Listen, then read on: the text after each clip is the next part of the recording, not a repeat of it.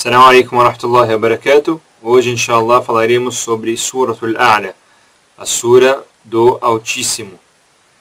Então, vou falar sobre o primeiro hadith do profeta Muhammad sallallahu alaihi wasallam sobre Suratul A'la. Tem mais de um, mas eu vou falar o principal, que é o hadith que falamos na Suratul Ghashiyah, que o profeta Muhammad sallallahu alaihi wasallam lia Suratul A'la e Suratul Ghashiyah nas orações do Jumu'ah, toda vez que tinha a reza da sexta-feira, e nas orações do Eid al-Fitr e Eid al-Adha, a comemoração do final do Ramadã e a comemoração da festa do sacrifício. Então o profeta Muhammad sallallahu alaihi wasallam sempre lia estas suras nestas datas, ou nestas comemorações, né, quando tinha um grupo muito grande de gente. E nós falamos também porque do benefício da Suratul Ghashiyah. Suratul A'la também tem os seus benefícios, tem o seu objetivo, e vamos começar falando do objetivo da Suratul A'la. Então, qual que é o objetivo principal da Suratul A'la? Então, o objetivo principal da Suratul A'la é engrandecer Allah ao máximo, exaltá-lo ao máximo. E esta sura começa com glorifique. E glorifique você só fala para Allah. E quem glorifica Allah o obedece. Não tem como você só glorificar com a sua língua e não obedecê-lo. Fica algo muito diferente. Você não fica contraditório, né? Se você glorifica Allah só na língua e não obedece, fica algo contraditório. E glorificar Allah está no cotidiano de todas as pessoas, né? Do muçulmano especificamente. Sem você perceber, você glorifica Allah ou louva Allah. Quando você fala Subhanallah, toda vez que você vê algo incrível, algo impressionante, então você sempre está falando Subhanallah. Ou até você lembra de Allah de outras formas, falar Alhamdulillah quando está satisfeito ou quando está feliz, né? Alhamdulillah. Então você sempre está glorificando Allah, sempre está lembrando de Allah.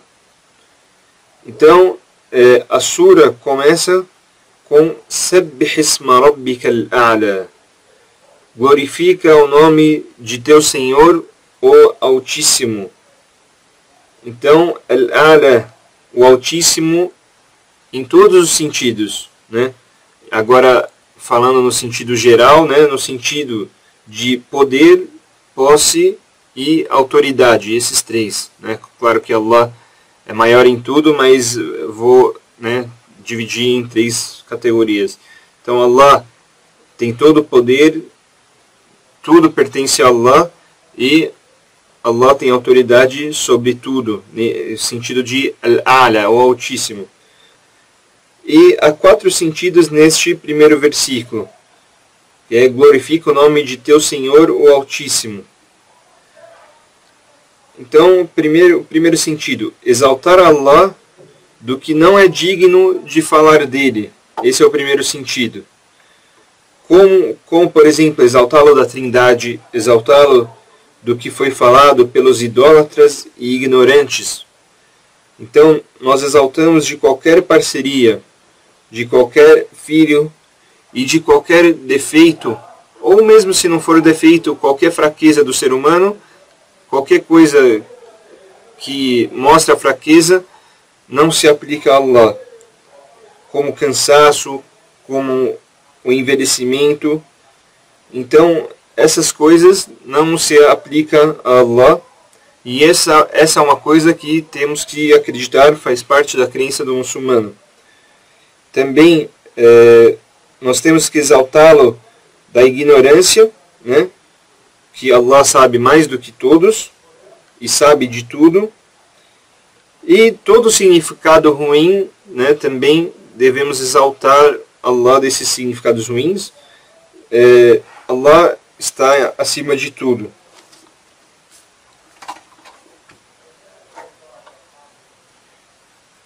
E também todas as características de Allah são as maiores.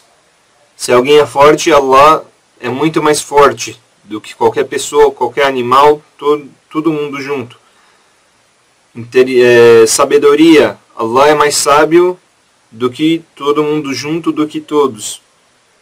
Então essas coisas nós temos que prestar atenção e acreditar em Allah nas suas características a mais alta possível, né? Nada temos que colocar na cabeça que todas as características de Allah não são igualáveis a nada. O segundo sentido é você engrandecê-lo pelas suas características completas. É você acreditar nos 99 nomes de Allah e acreditar que Allah é completo e que não há nada nem ninguém que se assemelhe às suas características. O terceiro, de você engrandecer os nomes de Allah, no sentido que os nomes de Allah só são aplicados a Ele. E você deve exaltá-lo também pelos nomes. E nós vamos deixar, inshallah, um link para quem quiser ver todos os nomes, os atributos de Allah. Então nós vamos deixar para quem quiser ver depois os 99 nomes de Allah, os 99 atributos de Allah. O quarto é você exaltar Allah de qualquer coisa que falem mal de Allah, né?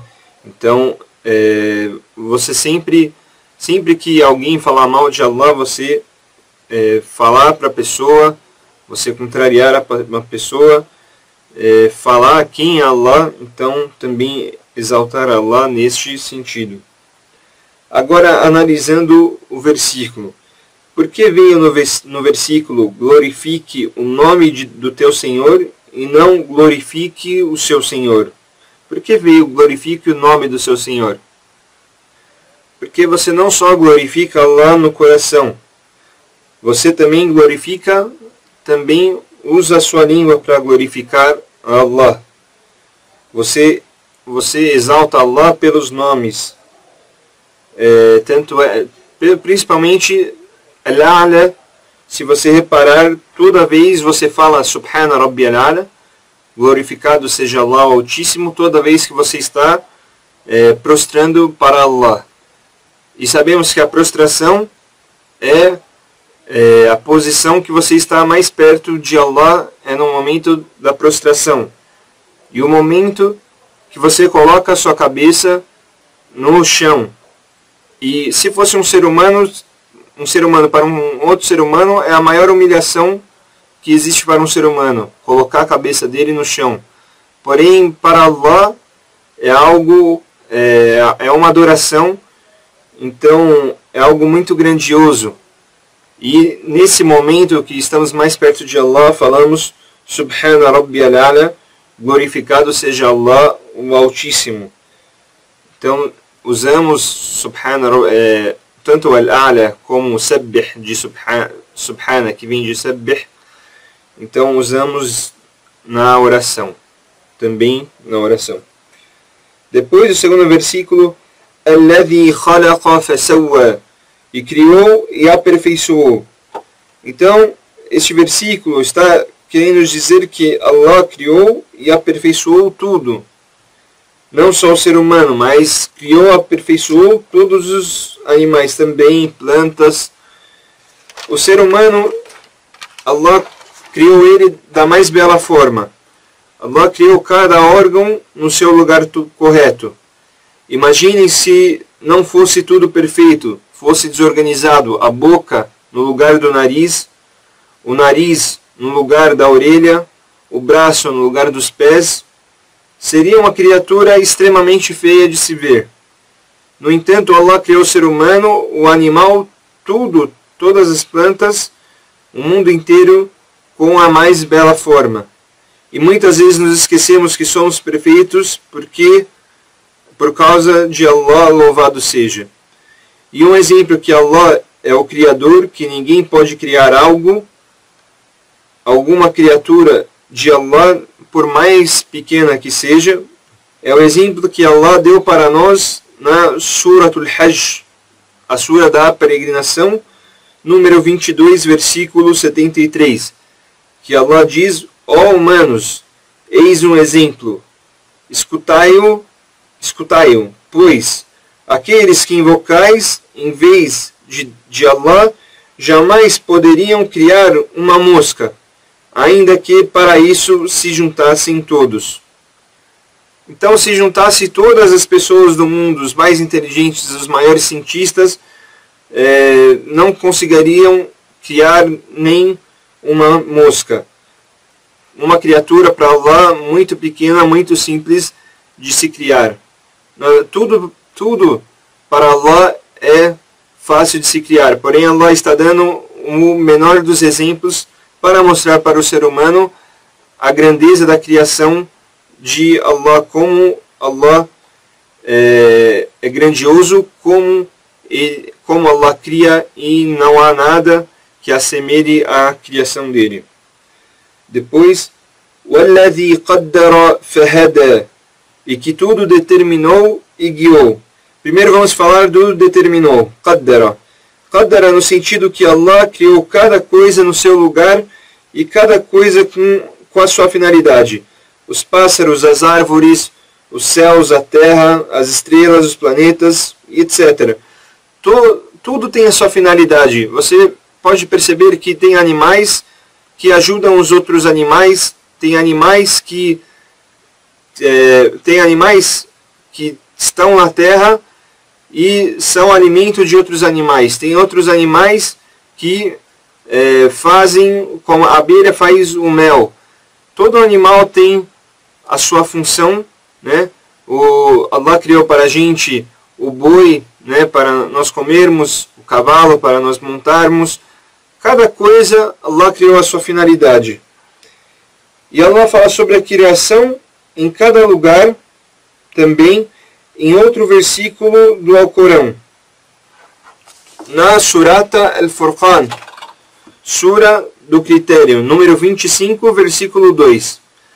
Aquele de quem é a soberania dos céus e da terra, não teve filho algum, nem tampouco teve parceiro na soberania, e criou todas as coisas, e deu-lhes a devida proporção. Então aqui também Allah fala do mesmo assunto que estávamos falando, que cada coisa Allah criou no seu lugar. Agora, fahada, o sentido de guiou. Então, esse sentido de guiou neste versículo não é o sentido que falamos em outras suratas, que Allah guiou da escuridão para a luz, como falamos em outras suratas passadas, como o Duha.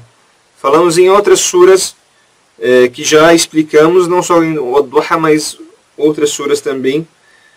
Então, o sentido de guiou neste versículo é no sentido que deu a consciência ao ser humano e guiou para que ele fizesse as coisas certas, para raciocinar. Até mesmo a pessoa louca, ela tem um local no cérebro que ela tem um certo tipo de consciência para as coisas básicas. E esse é o fahada, que guiou. Então Allah guiou todas as pessoas. Não guiou só as pessoas, como guiou os animais também. Eles não têm o nível de discernimento do ser humano, mas eles conseguem escolher a comida certa, conseguem ver o que é venenoso, o que não é, conseguem beber água. Eles têm o instinto deles e eles conseguem saber das coisas básicas, conseguem se defender do predador, sabem onde está o perigo. Então, este é o sentido de guiar nesta sura. O sentido que Allah guiou o ser humano em geral para que ele fizesse as coisas corretas. E o faraó perguntou a Moisés na sura Taha, número 20, versículo 49 e 50. Então, quem é vosso Senhor, ó Moisés? Qual foi a resposta de Moisés? Está no versículo seguinte. Nosso Senhor é quem deu a cada coisa a sua natureza, e em seguida guiou-a. Então, por que não voltamos a Allah, não adoramos a Allah, não louvamos a Allah, se Ele quem tudo criou e guiou? É uma pergunta para nós refletirmos. Portanto, devemos obedecer a Allah e pedir tudo o que precisamos dele, já que Allah foi quem criou tudo. E quando precisamos de um rumo na vida, não estou falando só da religião, mas em todos os aspectos, relacionamento, trabalho, amizade, e etc. Allah que guia a todos. Então, peça a Allah sempre que te guie, sempre que você precisa de alguma orientação, peça para Allah. Depois o quarto e o quinto versículo, وَالَّذِي أَخْرَجَ الْمَرْعَى, e que fez brotar o pasto, e o quinto, فَجْعَلَهُ غُثَاءً أَحْوَى, e converteu-o em feno preto. Então, falando agora dos dois versículos juntos, a pastagem é verde, né, ou de qualquer outra cor, né, bonita, de forma que os animais comem, né, e gostam desse pasto, mas depois de um tempo se torna um feno, torna seco, escuro ou preto, não dá mais para comer. E este versículo tem mais algum significado além desse significado literal? Sim, este versículo mostra a diferença do animal e do ser humano e mostra também a vida e a morte. Sabemos que quem come o pasto são os animais e o ser humano não deve ser igual ao animal. Em que sentido? No sentido que falarei agora, na sura chamada Muhammad, do nosso profeta Muhammad sallallahu alaihi wasallam, número 47, versículo 12, onde Allah diz: e quanto aos que renegam a fé e comem como comem os rebanhos, tal como o animal que come o pasto, sem saber que um dia será sacrificado. Então, o renegador da fé vive, come, dorme, sem atentar para o que Allah reservou para ele no futuro. No entanto, né, essas pessoas, esses renegadores da fé que vivem como os animais, esquecem. No entanto, aquele que creu e obedeceu a Allah, e nosso maior exemplo é o profeta Muhammad sallallahu alaihi wasallam, não é a prioridade na vida a comida, a bebida, os prazeres da vida e etc. Mesmo este sendo um direito do ser humano, não deve ser tratado como prioridade. A prioridade deve ser a adoração de Allah, a glorificação dele, e que o ser humano leia e aprenda, como no versículo seguinte que explicaremos, o sexto versículo. Nós faremos-te ler e nada esquecerá. Há também o sentido entre a vida mundana e a outra vida nesse versículo. Se você ligar os dois versículos, Allah fala: e fez o pasto brotar e converteu-o em feno escuro ou feno preto. Então Allah nos criou e logo morreremos. Mal o pasto nasce verde, ele vira um feno escuro, um feno preto. Então a vida do ser humano é muito rápida. A vida aqui nessa terra é muito rápida. O sexto versículo, nós faremos-te ler e nada esquecerá. Nós, né? Allah está falando como nós. Usou o pronome nós para falar neste versículo. Então, nós faremos-te ler e nada esquecerá, ou nós ensinaremos a recitar. A recitar o que? A mensagem. Também é outro sentido. Quem é que Allah vai ensinar a ler? Que Allah fala: faremos-te ler. Quem que Allah vai ensinar a ler? O profeta Muhammad sallallahu alaihi wasallam. O que Allah vai ensiná-lo? O Corão. E por que veio no versículo e não esquecerá? Então, esta é uma promessa de Allah, louvado seja, ao profeta Muhammad sallallahu alaihi wasallam, que Allah ensinará ao profeta Muhammad sallallahu alaihi wasallam o Corão, e ele não esquecerá mais o Corão. Ensinará por meio do anjo Gabriel.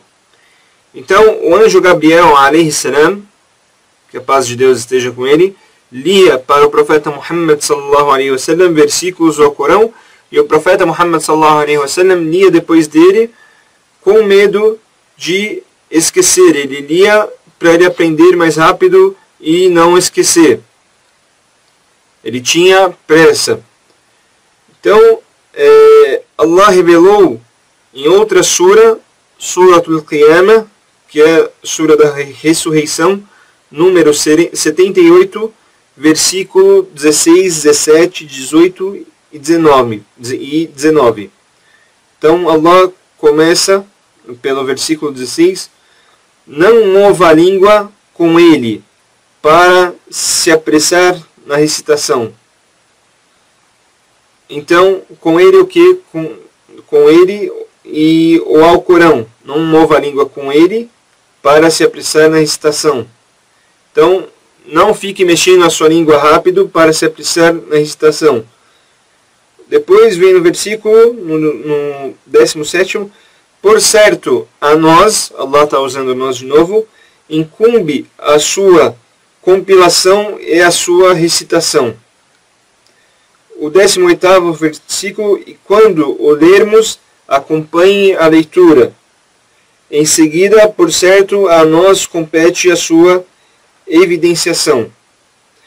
E esta promessa se concretizou. Tanto é que o profeta Muhammad sallallahu alaihi wasallam lia uma vez e depois recitava para os seus companheiros e para outras pessoas e não esquecia mais. Esta foi uma dádiva que Allah deu ao profeta Muhammad sallallahu alaihi wasallam. Foi um milagre, pois ele não era alfabetizado, não sabia nem ler e nem escrever, e mesmo assim aprendeu o Corão, aprendeu o Alcorão Sagrado.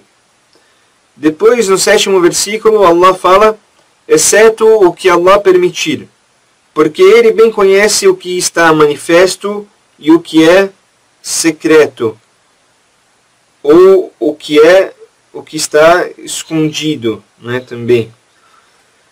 Então, o que Allah... Vamos começar pela primeira parte, exceto o que Allah permitir. O que Allah vai permitir? Então, exceto o que Allah permitir, o profeta Muhammad sallallahu alaihi wasallam em esquecer. Que nós falamos no versículo anterior, falamos que Allah promete ao profeta Muhammad que ele não irá esquecer. Nós faremos te ler e nada esquecerá. E depois vem o versículo, exceto o que Allah permitir. Então, o que Allah permitir ao profeta Muhammad sallallahu alaihi wasallam em esquecer. Então, outra pergunta, e o profeta Muhammad sallallahu alaihi wasallam esqueceu algum versículo do Alcorão? Sim, há um hadith narrado por Aisha radiyallahu anha, que está no Sahih al-Bukhari, onde o profeta Muhammad sallallahu alaihi wasallam diz que Allah tenha misericórdia sobre Ubay ibn Ka'b, pois ele me lembrou de um versículo que eu tinha esquecido. E o profeta Muhammad sallallahu alaihi wasallam disse também para os seus companheiros: eu sou um ser humano como vocês, esqueço como vocês esquecem, então se eu esquecer, me lembrem. Então, só esclarecendo, para não ter dúvidas, esse esquecimento do profeta Muhammad sallallahu alaihi wasallam não significa a perda de algum versículo, isso jamais. Este esquecimento do profeta Muhammad sallallahu alaihi wasallam não significa a perda de algum versículo revelado por Allah ao profeta Muhammad sallallahu alaihi wasallam, pois depois que Jibril alaihi salam o ensinava, ele logo ensinava aos seus companheiros. Então este esquecimento era depois de ter sido revelado a ele o Corão e ele ter ensinado aos seus companheiros. Portanto, não há nenhuma letra que foi perdida no Alcorão, nem nenhuma alteração, nada aconteceu, nem acontecerá. E a prova disso foi o versículo que Allah revelou na Surat al-Hijr, número 13, versículo 9. E nós de fato revelamos a mensagem e nós a preservaremos. Então, este é o primeiro tipo de esquecimento do profeta Muhammad sallallahu alaihi wasallam, que é aquele esquecimento do ser humano, que você esquece alguma coisa momentânea, mas depois você se lembra. Não é algo que você se esquece definitivamente, é algo momentâneo. O segundo esquecimento é o esquecimento daquilo que Allah quis que o profeta Muhammad sallallahu alaihi wasallam esquecesse, pois foi abrogado. O versículo foi abrogado, foi anulado, deixou de existir. Aí vocês vão falar, como assim? Então, como revelado na Surah Al-Baqarah, Sura número 2, versículo 106. Allah diz, qualquer versículo que abroguemos, no sentido de revogado, anulado, deixou de existir, ou façamos esquecer, faremos chegar um melhor ou igual a ele. Não sabes que Allah sobre todas as coisas tem o poder? Então, Allah fez com que o profeta Muhammad sallallahu alaihi wasallam esquecesse, pois os versículos foram revogados e Allah revelou ao Corão com as melhores palavras, perfeitamente, né? Não era cabível para o profeta Muhammad sallallahu alaihi wasallam lembrar daqueles versículos, então Allah fez com que o profeta Muhammad sallallahu alaihi wasallam esquecesse de alguns versículos para que o Corão chegasse para a gente nesta forma perfeita, nas melhores palavras. Depois, innahu ya'lamul jahra wa ma yakhfa, porque ele bem conhece o que está manifesto e o que está escondido, ou o que não aparece. O que está manifesto, no sentido que foi o que o profeta Muhammad sallallahu alaihi wasallam leu para os seus companheiros, e o que está escondido foi o que o profeta Muhammad sallallahu alaihi wasallam não leu para os seus companheiros. Ou o que está escondido, que foi o que o profeta Muhammad sallallahu alaihi wasallam esqueceu definitivamente. وَنُيَسِّرُكَ لِلْيُسْرَى, e facilitaremos a você as coisas fáceis. Então, quem é você? É o profeta Muhammad sallallahu alaihi wasallam.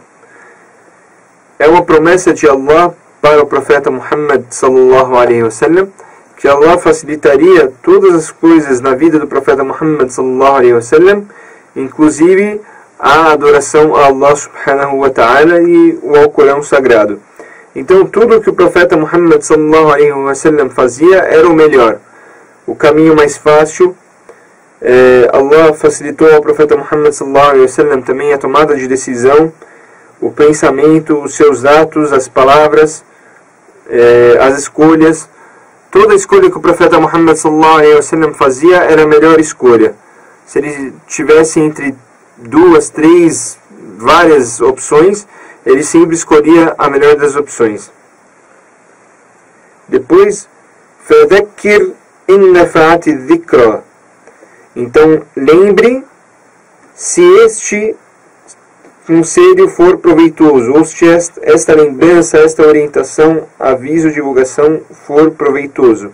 Então lembre o que? Lembre das regras de Allah e a sua mensagem e o livro de Allah, se esta lembrança for proveitosa. Então qual que é o sentido disso? O que quer dizer? Então vamos começar com uma pergunta. Então a primeira pergunta quer dizer que o profeta só tem que lembrar as pessoas só se for proveitosa? O profeta Muhammad sallallahu alaihi wasallam só tem que lembrar as pessoas só se for proveitoso? Então há dois sentidos principais. O primeiro quer dizer que se as pessoas aproveitarem ou não o que o profeta Muhammad sallallahu alaihi wasallam disser para elas sobre a palavra de Allah, o profeta Muhammad sallallahu alaihi wasallam deve lembrar sobre a palavra de Allah, avisar e divulgar. Não importa se as pessoas irão se beneficiar ou não, se elas vai entrar na cabeça delas, se elas vão aceitar aquilo, é para o profeta Muhammad sallallahu alaihi wasallam lembrar da palavra de Allah.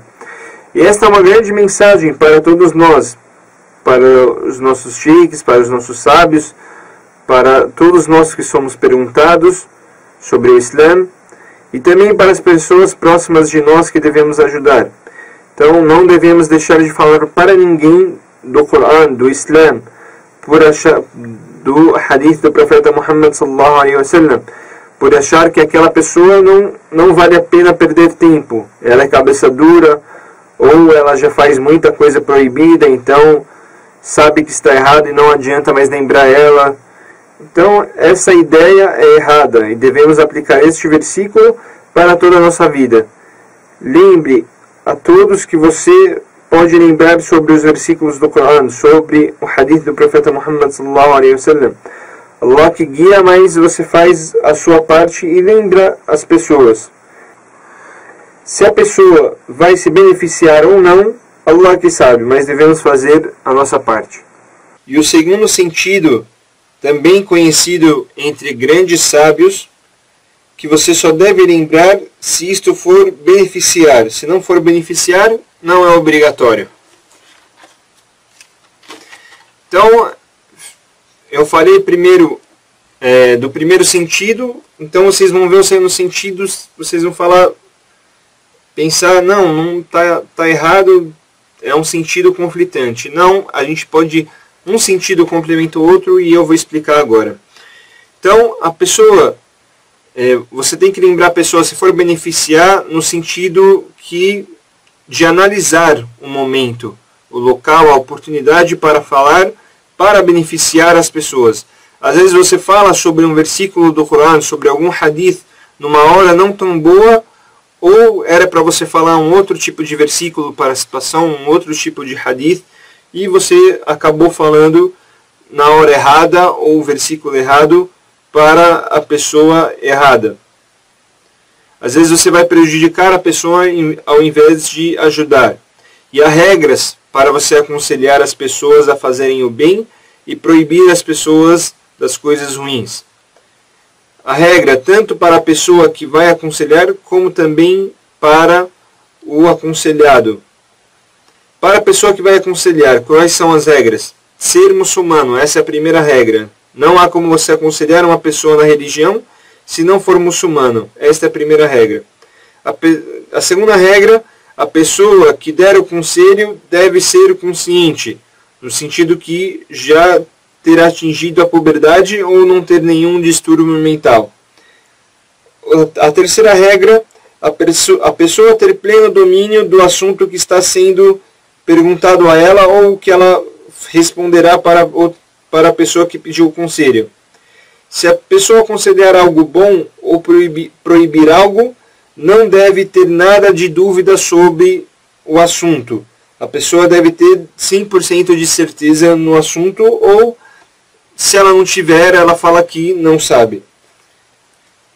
Quarto, se a pessoa tem capacidade para isso, capacidade física, se a pessoa corre, por exemplo, se a pessoa corre perigo de vida, se ela aconselhar algo bom ou proibir algo ruim, ela corre o perigo de matarem ela. Então, nesse caso, ela não precisa fazer este esforço. Isso aqui é um caso extremo.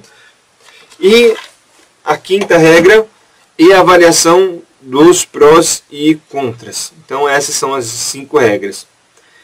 Quanto ao próprio aconselhado, quanto ao próprio conselho, ele deve ter as seguintes características.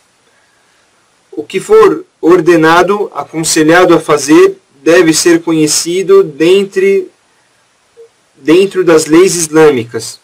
E o que for proibido também. A segunda regra deve ser aplicável para tal momento.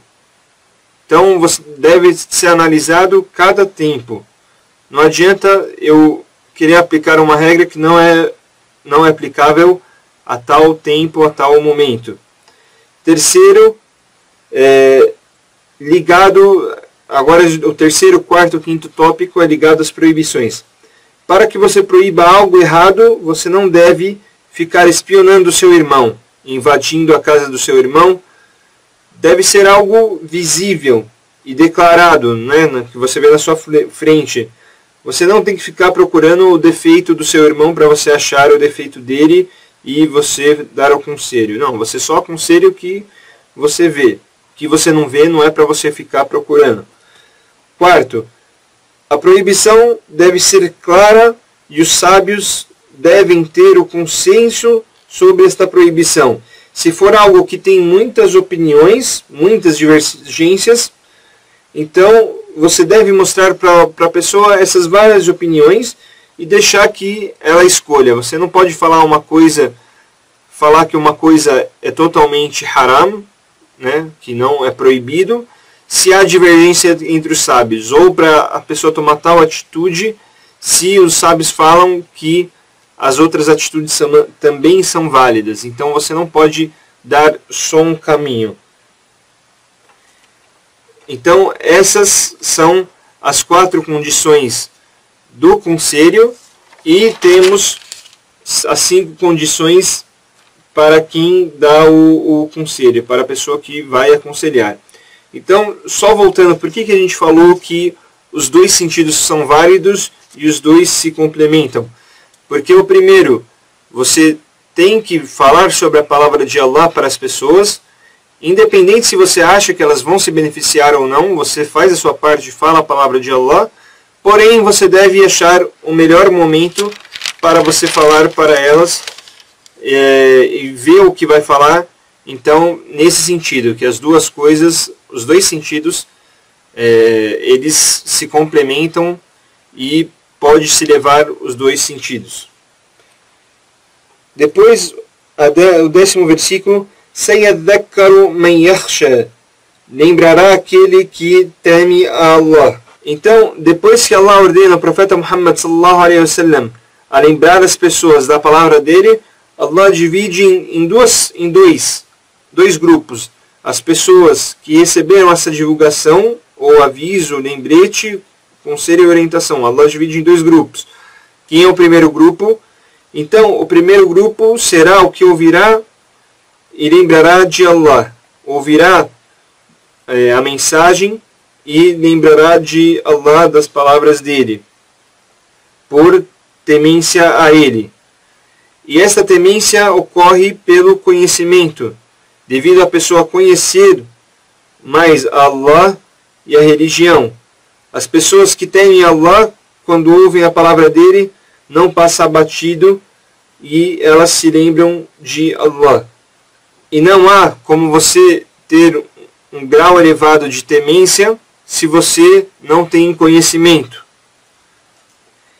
E Allah fala na Surah Shura, na Surah dos Poetas, número 25, versículo 73. Allah fala sobre aqueles que fizeram o bem e se arrependeram sinceramente, e Allah os perdoará. Uma das características destas pessoas está nesse versículo 73, que Allah fala: aquele, quando eles forem recordados os versículos do seu Senhor, não os ignorarem como se fossem cegos ou surdos.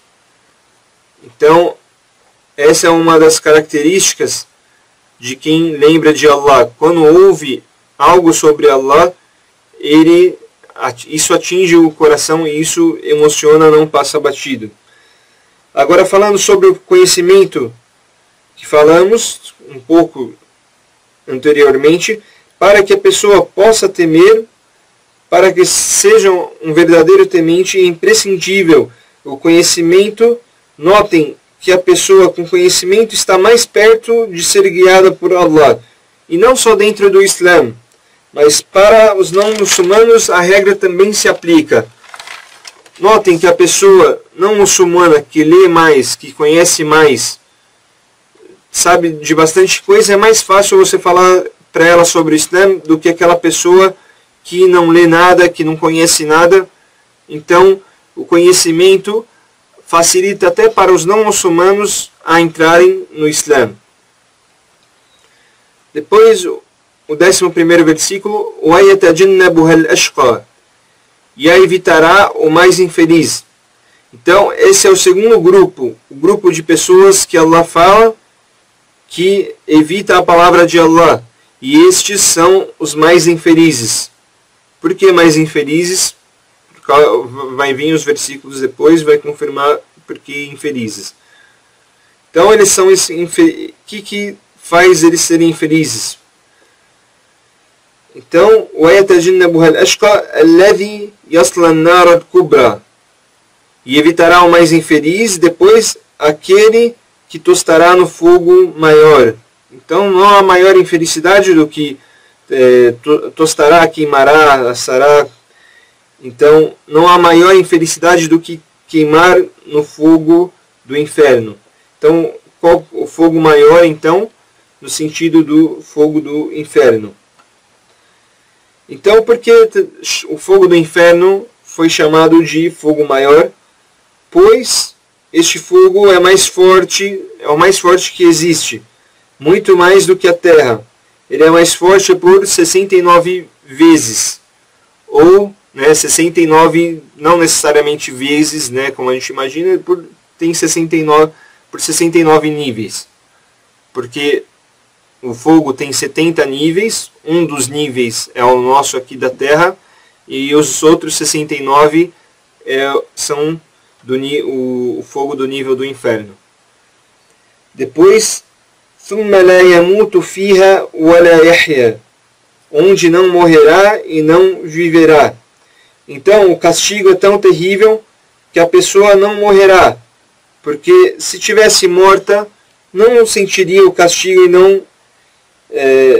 não sentiria o castigo. E nem viverá, porque não se pode chamar nem de vida. A pessoa tem uma vida perdida, pois Allah permite que essa pessoa não morra só para ela ser castigada. Então, no sentido, a pessoa nem morre e nem vive bem. Ela vive em um tormento total. Então, esta pessoa, na verdade, não tem vida, pois a sua vida será de sofrimento, tormento e castigo. Na Surata das Mulheres, Surat An-Nisa, número 4, versículo 56, Allah mostra como Allah faz com que as pessoas não morram para receber o castigo. Então, o que Allah fala? Quanto àqueles que negam os nossos versículos ou os nossos sinais, nós o queimaremos no fogo cada vez que suas peles se consumirem. Trocaremos por outras peles para que experimentem o castigo. Por certo, Allah é todo-poderoso, sábio. Além disso, pedirão para sair do inferno, como revelado na Surat Zukhruf, Sura 43, número 77. E gritarão: ó Malik, deixe teu Senhor nos livrar, acabar com isso. E ele dirá: vocês permanecerão aqui eternamente. E há mais de um hadith a respeito deste anjo Malik. O anjo Malik, só para quem não sabe, é o anjo guardião do inferno. Então, um hadith que diz que Malik dá esta resposta que a gente falou aqui no versículo: vocês permanecerão aqui eternamente, não está no versículo, mas é explícito, não é explícito, mas você consegue entender. Então, há um hadith que fala que essa resposta do anjo Malik vem depois de 1000 anos que falam com ele. Depois que os renegadores da fé falarem com ele, ele vai responder depois de 1000 anos. Por Malik não gostar do que ouvirá desse povo do inferno. Depois, قَدْ أَفْلَحَ مَنْ تَزَكَّى, e de fato prosperou aquele que se purificou. Como se purificou? Então, se purificou em associar alguém a Allah. Esse é o primeiro sentido. Se purificou seguindo o profeta Muhammad sallallahu alaihi wasallam. Se purificando, tirando a maldade do coração, afastando a inveja, os ciúmes, a raiva e qualquer outra maldade. Então, essa purificação tem 3 relações. A relação com Allah, de você não associar ninguém a Allah, saber muito bem o sentido da unicidade. O segundo, a relação com o profeta Muhammad sallallahu alaihi wasallam, você conhecer mais sobre o profeta, conhecer mais sobre o hadith, praticar mais a sunnah do profeta Muhammad sallallahu alaihi wasallam. E o terceiro, a relação com todas as outras pessoas.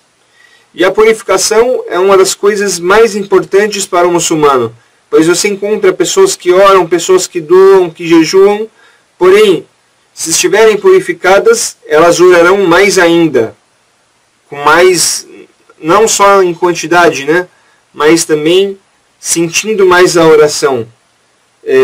Também jejuarão mais e doarão com mais vontade, doarão mais também, entre outras adorações que aquelas pessoas que são purificadas são facilitadas para ela a adoração.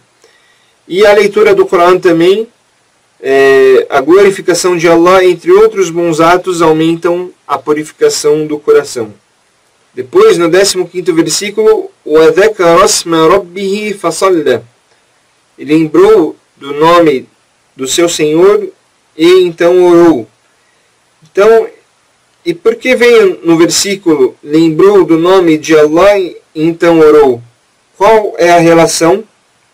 Qual melhor, lembrar do nome de Allah ou orar? É claro que orar, pois orar é a melhor forma de lembrar de Allah. E se você lembra de Allah, você ora. E outra pergunta, qual é o melhor? Lembrar de Allah em voz alta ou só lembrar no coração? Claro que a oração, que é a leitura do Alcorão, como o profeta Muhammad sallallahu alaihi wasallam ensinou a gente, nós temos que mexer a língua. Toda vez que vamos fazer a oração, não basta só ficar assim, tem que mexer. Mesmo se não for falar alto, tem que mexer, né, a língua, mexer a boca. Mas, então, qual é o mais importante? Você lembrar de Allah em voz alta, demonstrar que você gosta de Allah em voz alta, ou só ficar com Allah no coração? Então, em primeiro lugar, devemos lembrar de Allah no coração. Porque se você não cria um amor por Allah, se não conhecer o seu Criador, se não colocar Allah no seu coração, consequentemente, não lembrará de Allah em voz alta também. Então, o mais importante é você primeiro colocar Allah no seu coração, que automaticamente lembrará de Allah em todas as ocasiões. Depois, بَلْ تُؤْثِرُونَ الْحَيَاةَ الدُّنْيَا. Entretanto, vocês dão preferência à vida na terra. Com tudo que Allah falou sobre o inferno, sobre aqueles que vencerão, que são os que se purificaram e lembraram de Allah e oraram, mesmo assim o ser humano preferiu a vida na terra do que a outra vida. Depois, وَالْآخِرَةُ خَيْرٌ وَأَبْقَى. No entanto, a outra vida é melhor e duradoura. Nós falamos um pouco sobre as características do paraíso na Suratul Ghashiyah. Que o paraíso tem o que os olhos não viram, e não veem, nem as orelhas ouviram, nem o que se passou na mente do ser humano. Não bastasse tudo isso, a outra vida dura para sempre. E há um companheiro do profeta Muhammad sallallahu alaihi wasallam chamado Arfajatun Ashja'iyun, que disse: estávamos na casa de Ibn Mas'ud, um grande companheiro do profeta Muhammad sallallahu alaihi wasallam, e Ibn Mas'ud estava lendo este versículo que eu falei agora há pouco, وَالْآخِرَةُ خَيْرٌ وَأَبْقَى. No entanto, outra vida melhor e duradoura. Então ele estava lendo este versículo.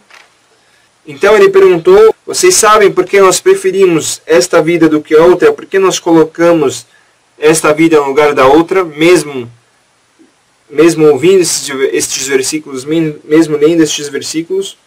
Então, Arfajatun, este companheiro que foi na casa de Ibn Mas'ud junto com outros companheiros, respondeu que não sabemos. Então, o que Ibn Mas'ud respondeu? Porque a vida apareceu para a gente e foi nos apresentado rapidamente a sua comida, a bebida, as suas mulheres e os prazeres em geral. E a outra vida foi escondida da gente e adiantada. Então, deixamos a outra vida e escolhemos esta. Se a fé estiver forte e você ter certeza das promessas de Allah, no que Allah nos dará, você vai preferir o que Allah te prometeu, mesmo que você não veja. Você vai preferir o que foi prometido do que está nas suas mãos. Então essa é a motivação, isso é o que move o muçulmano, o verdadeiro crente, a pessoa que tem a fé forte, vê todas as promessas de Allah e tem a certeza das promessas de Allah. Não fica duvidando das promessas de Allah e fica só pensando nessa vida. Então a pessoa faz para receber só depois. Depois, os últimos dois versículos. Inna hadha la fi as-suhuf al-ula. Por certo, isto está nas primeiras escrituras. Então, isto o que? O que está nas primeiras escrituras? Então, o que está nas primeiras escrituras são os dois últimos versículos, os dois anteriores a este que estamos lendo. وَذَكَرَ اسْمَ رَبِّهِ فَصَلَّى. Então, nas escrituras anteriores está sobre o assunto de lembrar de Allah e orar. Então, este assunto também está nas primeiras escrituras. E também بَلْ تُؤْثِرُونَ الْحَيَاةَ الدُّنْيَا, dar preferência a esta vida, a vida na terra, do que a outra, também está nas primeiras escrituras. Se você procurar nas primeiras escrituras, também vai estar escrito sobre lembrar de Allah, sobre orar, e também vai estar escrito sobre a preferência da vida nesta terra.